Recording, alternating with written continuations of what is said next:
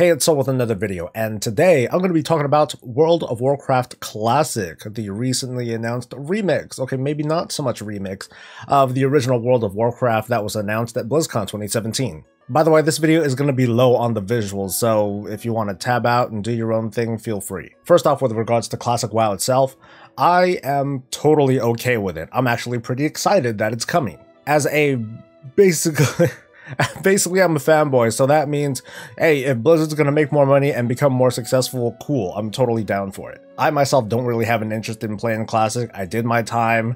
I really don't want to try and recapture or relive that experience again, but at the same time, there are a lot of people that do want to do it, and so, hey, why not? However, I do have a lot of concerns about just how it is this classic realm is going to be eventually developed. So I think that was the purpose of the announcement in the first place, to just very quickly throw out a trailer, talk about pretty much nothing aside from to say that they have nothing, explicitly call out one example, and then pretty much put it into the audience hands. Hey, to basically say we're relying on you to give us your input and have a conversation about it to try to figure out just how best to implement these classic realms. And now fans are just all over the place. They're pushing in all sorts of directions with what they want, including like the features that they want to have in there, possible balance things, a release schedule, and so on. So I guess what I wanted to talk about first were the things that Blizzard is, I would say they're like 100% going to do like the following things, regardless of what the fans would say.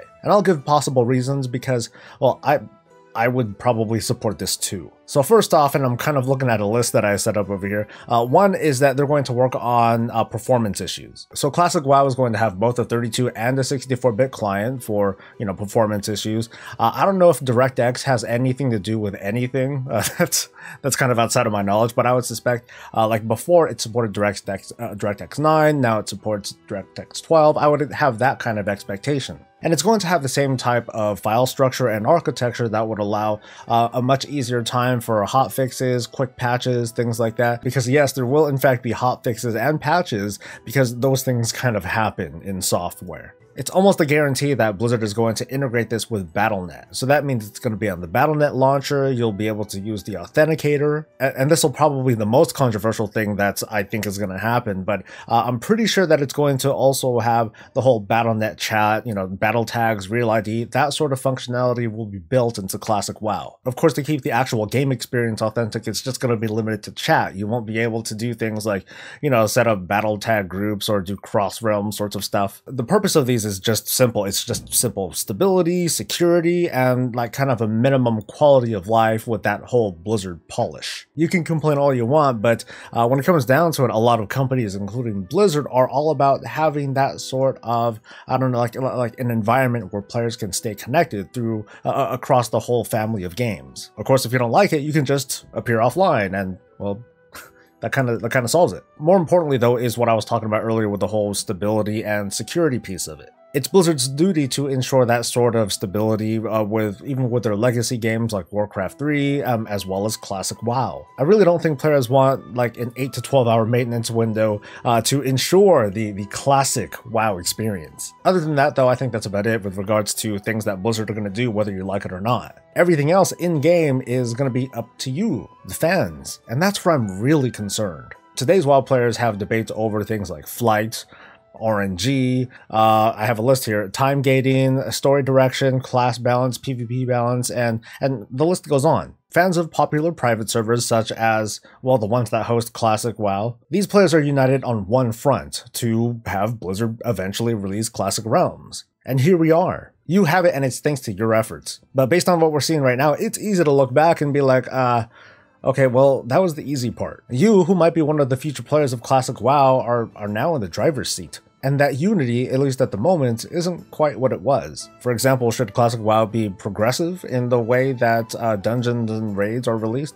Or should it be static? How many realm types should there be? Should there be RP realms or RP PvP realms? Because that wasn't a thing, at least not at launch. There's the original question from BlizzCon. How many players should be in Ubers or Upper Blackrock Spire? Should bugs like the Reckoning Bomb be left in, at least for a while? Should all the raids and dungeons be available at launch, or should they be staggered, or do they need to have this weird phasing thing where they simulate patch releases? And probably the most important question of all is, after all of it's said and done, what's going to happen when all the content is completed by a large number of players? Where do we go from there? I don't have the answers, but players have so many questions that those answers aren't even needed anytime soon. I'm talking about questions of setting up like BC and Wrath servers, or where's my list? How to migrate tunes from one realm to another, or setting up something like classic seasons. I think that's what I saw a little bit of. And let's not get too far into the quality of life changes that players are suggesting. I mean, I was just thinking about Battle.net chat integration, and like that's as far as it would go. But I'm seeing things, and I have a short list of graphic and model improvements, you know, using the updated visuals, updating the UI options, having the achievement system, dual specs, having paladins and shamans available for both classes, which would do even weirder things with races, putting efforts into balancing the classes and specs, and there's so many more debates going on. Personally, I think any of those changes just defeats this entire endeavor of recreating the classic WoW experience. But in the end, it's gonna be what the fans want. Now, if I was like the king, if I was the czar of WoW, okay, and maybe I have like a teeny tiny bit of credibility, I have my 10-year statue somewhere around here, here's what I would do. Maybe I wouldn't do it in this kind of order, but the first thing that comes to mind is, well, how much is classic WoW going to cost? I'm not going to make it free, because if supposedly tens of millions of people are going to be playing this thing, well, I'd want them to put their money where their mouth is, and I'd like to, you know, get a cut of that. So here's what I do. I do a pre-order, because that would at least gauge for me, you know, how should I prepare for like day one of Classic Realms? How many pieces of hardware do I need to rent out for this temporary, like, you know, giant swath of players coming in? And from there, it wouldn't be until later until I start kind of pulling things back and trying to adjust in order to save on costs. But anyway, I do a pre-order, and it'd be $10. $10, you get WoW Classic and 2 months of sub time.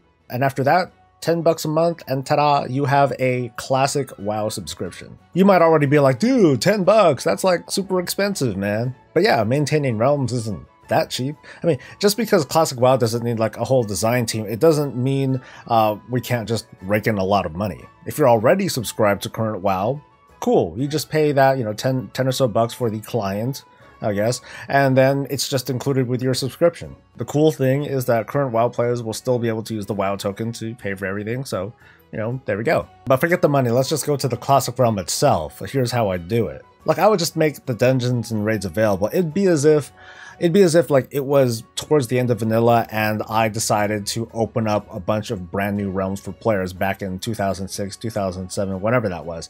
So it would pretty much be like that. I'm no engineer, but I think it would be just too much trouble and hassle to make it so that, you know, whatever dungeon had not been available at the time, you just kind of time gate those things. I think that'd be a bit too unwieldy. That and I wouldn't want a situation where you have like a bunch of players just pounding on the door, like, you know, give us AQ, give us the gate event and all that. Meanwhile, there are other people that are pounding at the door saying, no, don't open it too soon, because, you know, we want all of us to kind of progress together, or something like that. So I'd have the realms just open up, simple as that. And then I would shut up and watch and wait. Because the forums and the blogs and the videos, I mean, that's one thing, but the data that would be at my fingertips, that could potentially tell me a very different story than what people are just typing. Like how many people pre-ordered, what are the daily active user counts or the monthly active user counts after the first month, 3 months, 6 months. Just how many guilds and players did manage to make their way all the way to Nax and full clear it.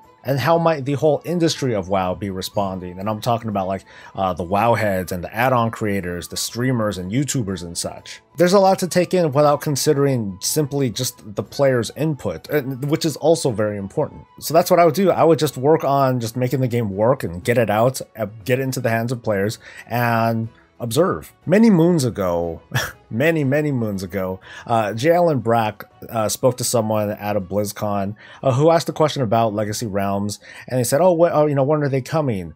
And J. Allen Brack did not give he didn't give a very good answer. I mean, it was tantamount to him saying, you think you do, but you don't. It's a pretty famous quote these days. It was pretty mean and facetious. But now that we had a chance to see the community just kind of go at it with this whole classic announcement, I think he has a point. Jay did not use the right words, but he understands that for every 10 players that want, just this one thing, there are 10 more, or even more than that want things a totally different way. You may think your thoughts and sentiments are aligned, but at least from what we're seeing in these conversations, they're not. This lack of unity is something that, to be honest, Blizzard has to deal with each and every day with the current game. As of now, with regards to Classic Realms, it's up to the players to talk amongst themselves. This collection of minority groups who, at the very least, they're united with wanting this Classic Realm. I'm only coming this as an observer, so the only thing that I can possibly suggest is to just take things one thing at a time. Come together and at least get the realm up first. Get into the world and experience it and love it or hate it and give your feedback, and then deal with the big question of what's next later. That's it for me. Please like the video, share your thoughts, stay safe, stay happy, and stay breezy.